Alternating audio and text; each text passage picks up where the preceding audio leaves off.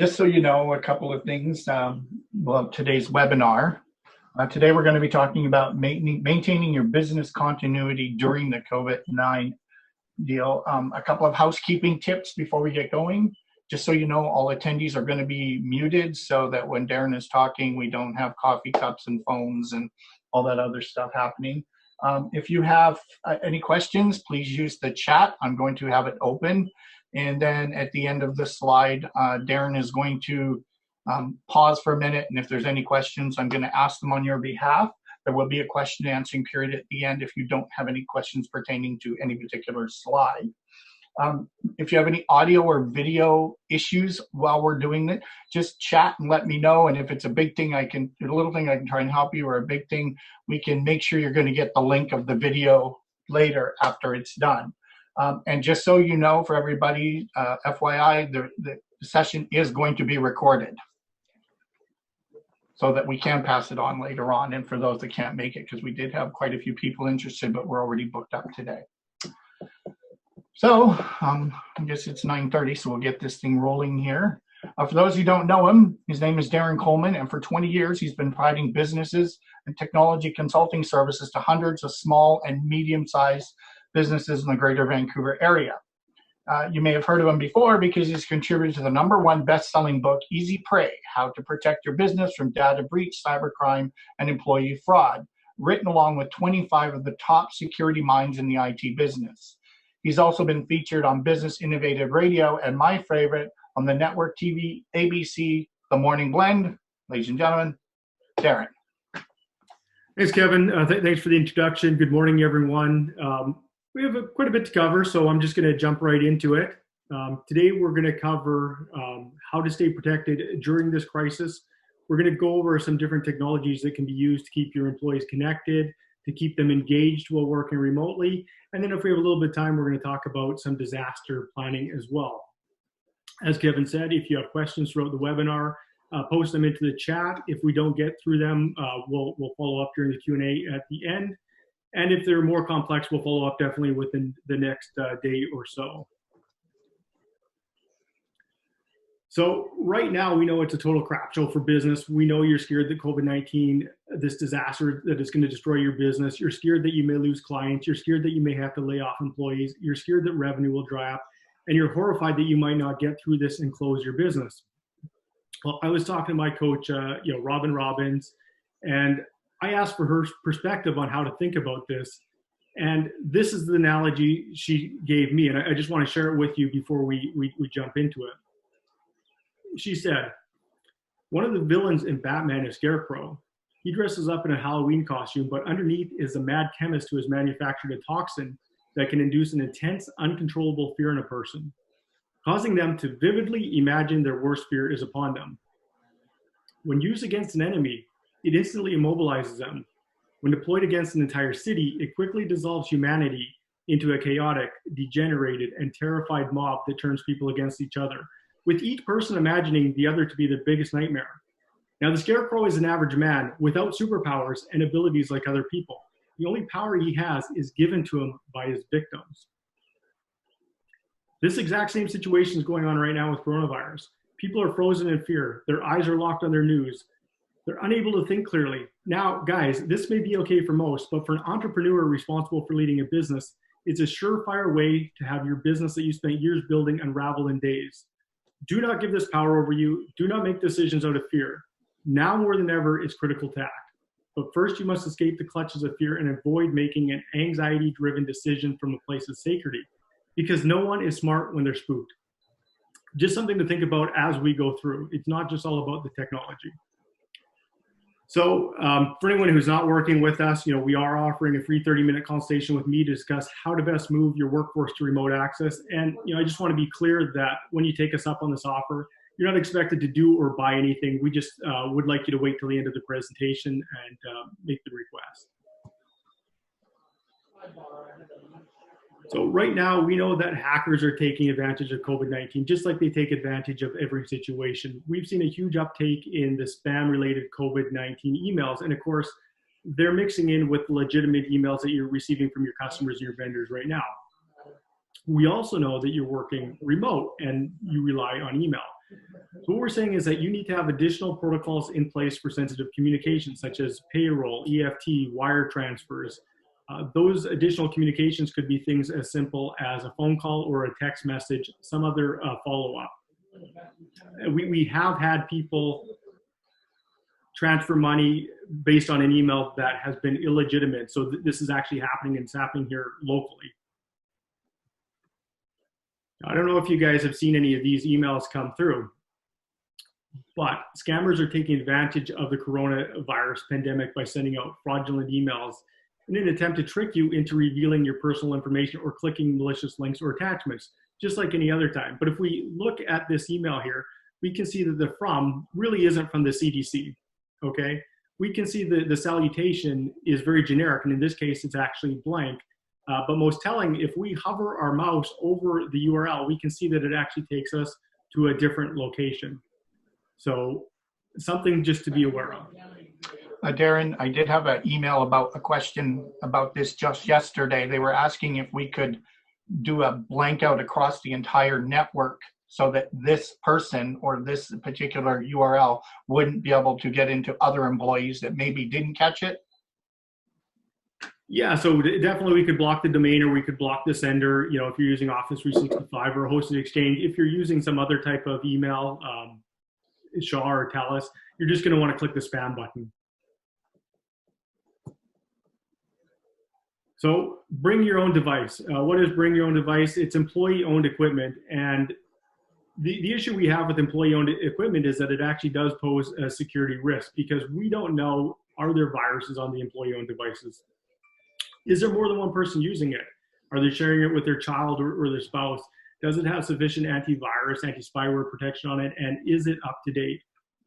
So one of the things that we say, if you're going to allow BYOD, is use remote desktop or take control, because it doesn't connect that device directly to the corporate network. It creates a layer of protection. Any questions on that, Kevin? Nothing here, no. Okay, so we have three methods to connect remotely into the office. The first is going to be remote desktop. And what remote desktop does is it's going to create a connection between the home users, their desktop, and the desktop at the office. And all the real work is done on-prem, so on the office computer. Now, we recommend that you only use this in conjunction with a VPN connection. And of course, it can be done with remote desktop server setup, but that's more of a longer term, more expensive solution. One thing to note is that printers may need to be separately set up when using the solution. We did have a question again by email regarding this last week, asking if someone is working from home on their computer and they get malware on it, will it affect the servers in the office? It's certainly possible. It's less likely using a remote desktop solution, because by default, remote desktop doesn't allow the file transfer. It's an option you have to enable. But it is possible. It is less likely. Make sense? The second option is going to be a VPN tunnel. Now, the VPN is going to create a secure tunnel through the internet to your computer, back to the corporate network, and it's going to allow direct access to files. It's probably the best option if users don't have a desktop at the office to connect to. It's probably going to be slower than remote desktop. We don't recommend it for BYOD, which is bring your own devices. And we do recommend that you combine it with remote desktop. And following the same email from before, this one would not be a good idea if you were going to, let's say, have malware on your home computer. This one would be the most likely to affect your corporate servers. Yeah, if you can see the little circle here, we say it's not recommended for a BYOD, bring your own device, because any map drives you have on the VPN connection, if you're infected on your home computer, it's going to look for local drives and then map drives, so it can easily infect those map drives as well. And the problem is we don't know what you have installed on your home computer. Mm-hmm. Make sense? The third solution for connecting remotely to your office would be a third-party remote control application, such as Coleman Technologies Take Control. It's very similar to remote desktop. It's a little bit more robust. It doesn't require VPN connection. Now, anyone who works with us, you may have used Take Control, but there's other third-party applications if you don't, such as Log Me In, go to My PC, or Team Viewer. Okay, I do have a question. Sorry. Kevin? I did have a question, but I think you're going to answer this later in the thing on bring your own device. What about cell phones and personal Apple IDs, stuff like that? I don't follow. Can you? It says, what about cell phones and personal Apple IDs? IDS. Yeah, we'll come back to that. I don't understand the question. We'll come back to it at the end. Okay. So with the Take Control, sorry, there was one more question, and it was actually a two-part question. Can I print? And two, can you use dual screens? Okay. So with Take Control, yes, you can print. You just have to select the checkbox to enable remote printing. And the second part of the question was dual screens? Yes. So by default, Take Control does not support dual screens. However, as a workaround, you can open 2 instances of Take Control, put one on each screen, and then you can use it as a dual screen scenario. Great. So if you are using our Take Control, it's very simple. We made it a 3-step process. You're going to go to our website. You're going to enter in a username and password that we provide, and then you're just simply going to take control. Now remember, the eternal project triangle, any change to one side impacts the other two. We got to look at the quality, the time, and the cost. So keep that in mind when you're implementing your solution. Just to point out for your clients that are already part of Coleman Technologies, the Take Control is already included in your monthly bill. Yeah, it's already installed and available. We just have to create a user ID if you want to use it. Okay, so Microsoft Teams, maybe you don't want to connect directly to your office computer, maybe you just want to collaborate with your team. So the good news is Microsoft Teams is already included with Office 365 Business. It's a great collaboration tool for chat, video conferencing, document sharing, meeting. Really, it's a chat-based collaboration tool that's going to provide you with global, remote, and dispersed teams with the ability to work together and share that information via the common space.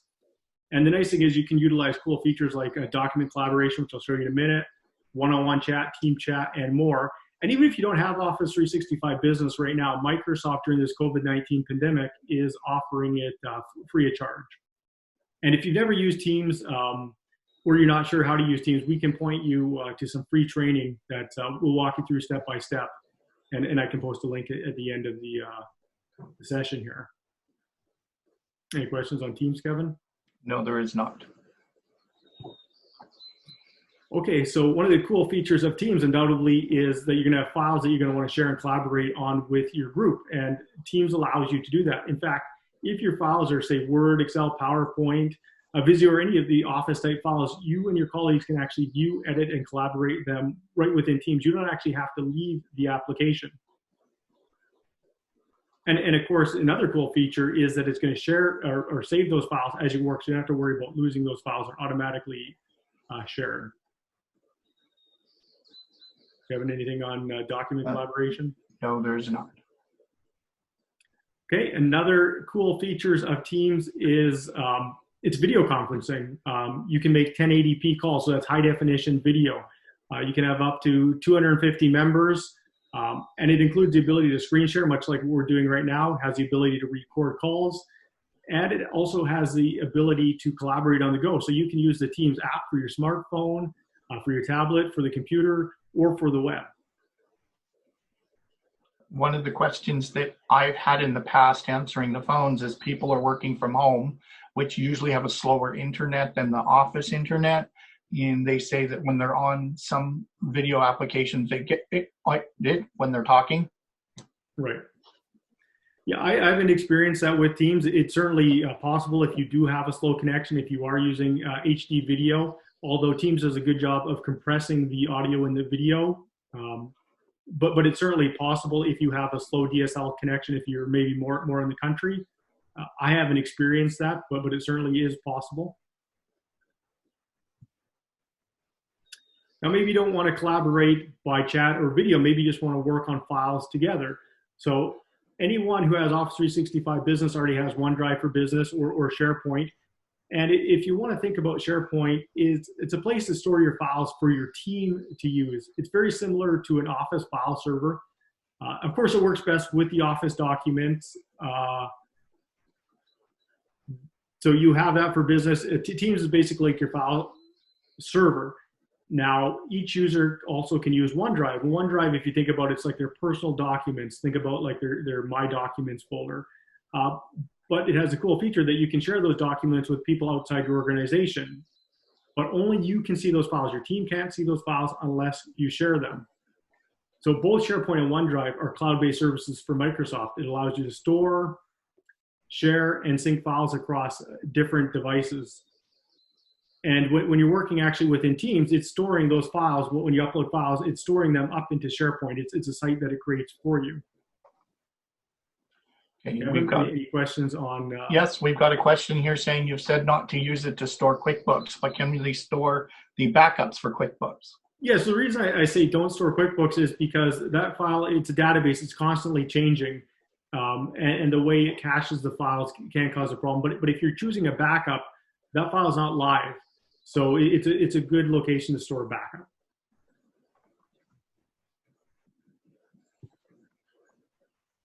Now, maybe you don't want to work on files with your team. Maybe you used to just meet people face to face and you want to set up one-on-one meetings because right now we know we're supposed to keep our distance. So the two online meeting platforms I've looked at are Zoom and GoToMeeting. Now, both providers offer top-notch, reliable performance. As long as you and your attendees' internet connection is fast and solid, generally speaking, you should have no connection or reliability issue with either app, regardless of the meeting duration. I use Zoom because I feel it's more widely known, and many times the Zoom app's already installed. Plus, you can test with the free version. You can have multiple people on the call for up to 40 minutes, or you can do unlimited one-on-one calls with their free version. So if you're not sure and you want to get into some testing, you can go to Zoom and sign up for their free account. Do you have anything on Zoom? No questions. We're getting through this pretty quick. Now, just because you moved to home and you have all these other technologies to allow you to communicate, you still can't forget, you still need, some customers want to communicate over the phone. That's what they're used to. So we recommend your office, actually, if you have a VoIP solution, it's very simple because you can actually just take your phone home with most, if it's a cloud-based VoIP solution, you can actually just take your phone home. Or you can just use your cell phone. A lot of times there's an app on the cell phone and it's going to ring the same number. You're going to dial out using your company number and no one's going to know what location you're working from. It's very easy to quickly add users, extensions. Some providers that we've worked with are RingCentral, TELUS Business Connect, Versature, but there's many providers and they all offer good solutions for VoIP. And of course, VoIP is dependent on your home internet connection. So if you're having trouble, like you mentioned earlier, Kevin, with video calls, VoIP does use less data than, say, a video, but it does still require significant bandwidth to be available. I was just going to say, since I've been working from home now, I think this is week 4, I've been using the home phone that was sitting at my desk when we were in Langley, and I haven't noticed any difference in quality, so it's usually pretty good. Yeah, it's good. Now, finally, we do want to stay connected with our team. So one of the things we recommend, not everyone has a laptop. Some people are using a desktop at home. So we recommend if you can provide a webcam, it's going to give the feeling of face-to-face being together. And you can still have your daily huddles, your weekly huddles, or your other online face-to-face meetings. Another option is bonus.ly. It allows employees to give bonuses to others for doing a good job, and it increases engagement. Now, this last option I haven't used myself. I have some team members who have used it. I've looked into it, and it's something you might want to check out.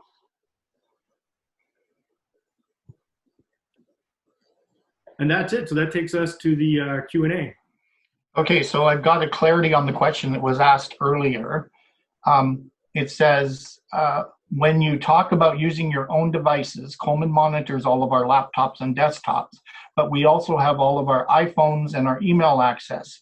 We have been using our personal Apple IDs. Is this a risk? Well, it's a potential risk.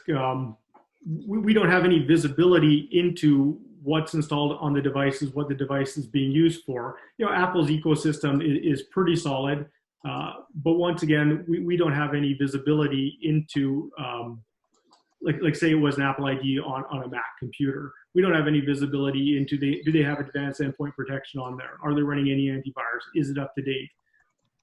So if you're using a solution like that, use one of the third-party apps to connect to the office, because it's going to create that layer. You're going to be working on the on-prem computer, and you're just going to be controlling the screen. Now, I did have an email sent in yesterday saying they weren't going to make the meeting, but if they're interested, they can email you at darren@coleman.biz or contact us through the phone number, and then you'll be able to send them the link for this actual video presentation that we did today. Yeah, well, we're recording this session. We'll figure out how to get it uploaded to YouTube, and then we'll share the link. And of course, give me a call, 604-259-7710 if you want to speak directly to me. Remember, I'm offering you a 30-minute consultation with me for free. Of course, if you're a client, you can call me anytime, or just send me an email. Okay, I've got another question here. It says, the question regarding access for guests for video call. What is recommended? If we have Teams available through Office 365, but need to do video calls, do we pursue Teams with clients, or should we use Zoom? Any advice? Yeah, I'm trying to figure this out, for our company as well. I decided to go with Zoom just because I feel it's more widely accepted and more widely known. I don't know if Microsoft changed it. I'd have to check with the team here. But in the past, they wanted you to sign in with a Microsoft account. So I felt it created a barrier to getting the guest online. And I didn't, for this presentation, I wanted to keep it as simple as possible. Click a link and you're there. I don't know that Microsoft makes it that easy yet. So for right now, I'm using Zoom. In the future, because we already have Teams, it's something that we are going to look into. Right now, I think for $20 a month, and we're probably only be working from home for a couple months, I figured the ease of use was worth the cost. Thank you, Darren. I've got another question here that says, what is the current lead time for a new laptop from Dell? So a laptop's not considered an essential item. Lead time is about 30 days. And it could even be longer. It's about, last time I checked, it was about 25 days, and then you have shipping. Now, it will depend on which model you're choosing, but even the ready ships, they're saying they're delayed at least 3 to 4 weeks. Yeah, it was quicker for me to buy my cable to connect here at the Future. Yeah, so all technology items, even like Kevin said, he needed a patch cable for the phone the other day, and our suppliers couldn't get it to us quick. We looked on Amazon, it said 30 days for delivery or 20, or it was some high number. So he just had to go to a local IT store, Best Buy, I think, and buy the cable. Yeah. And guys, you can take yourself off mute if you prefer to ask the question directly.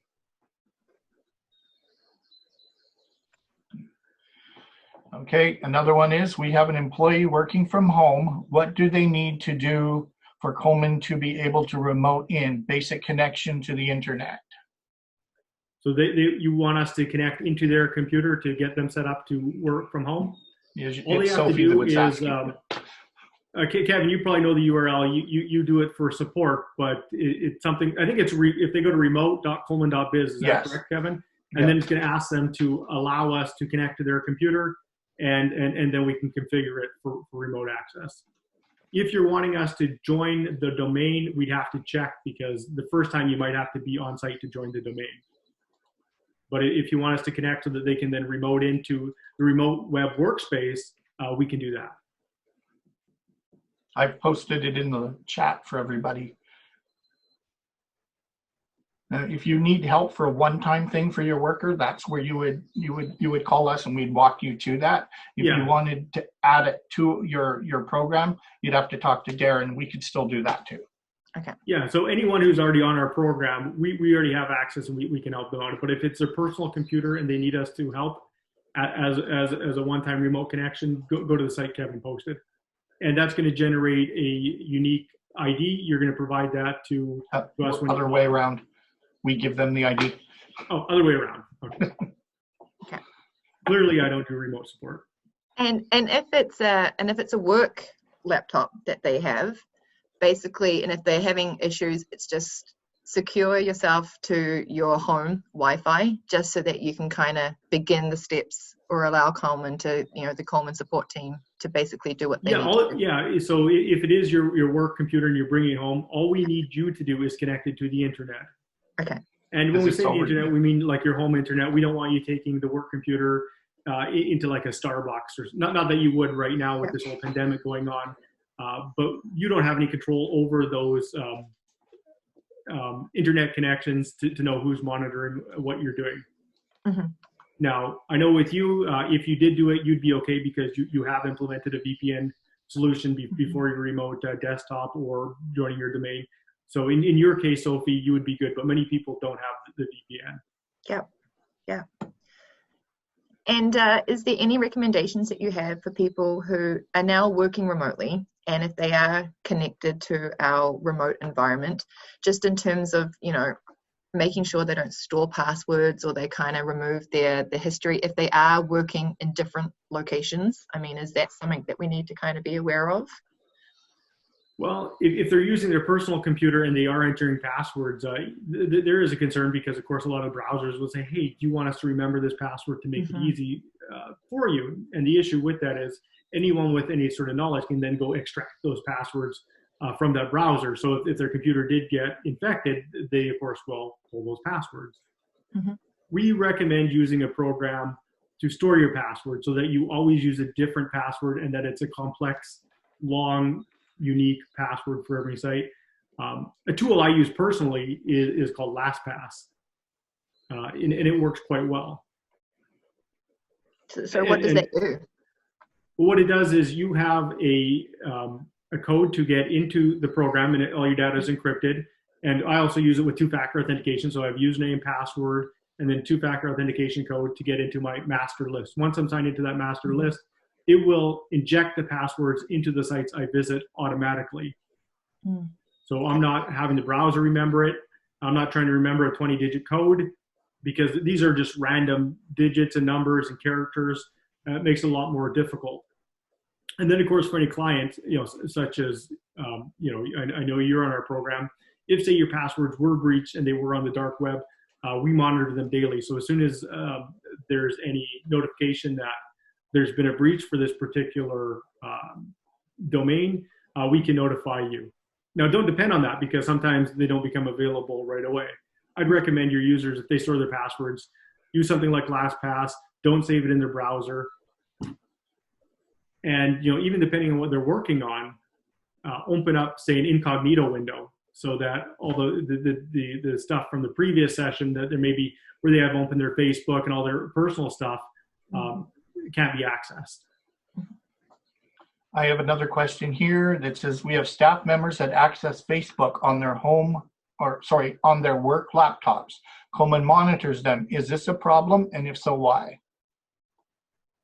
I wouldn't say it's a problem. If you allow them to use, it's going to be your policy. Do you allow them to do personal business on a company computer? Once you're on Facebook, there are games that people go to play that sometimes want to install additional plugins into your browser or redirect you to different sites that may be different than what's intended.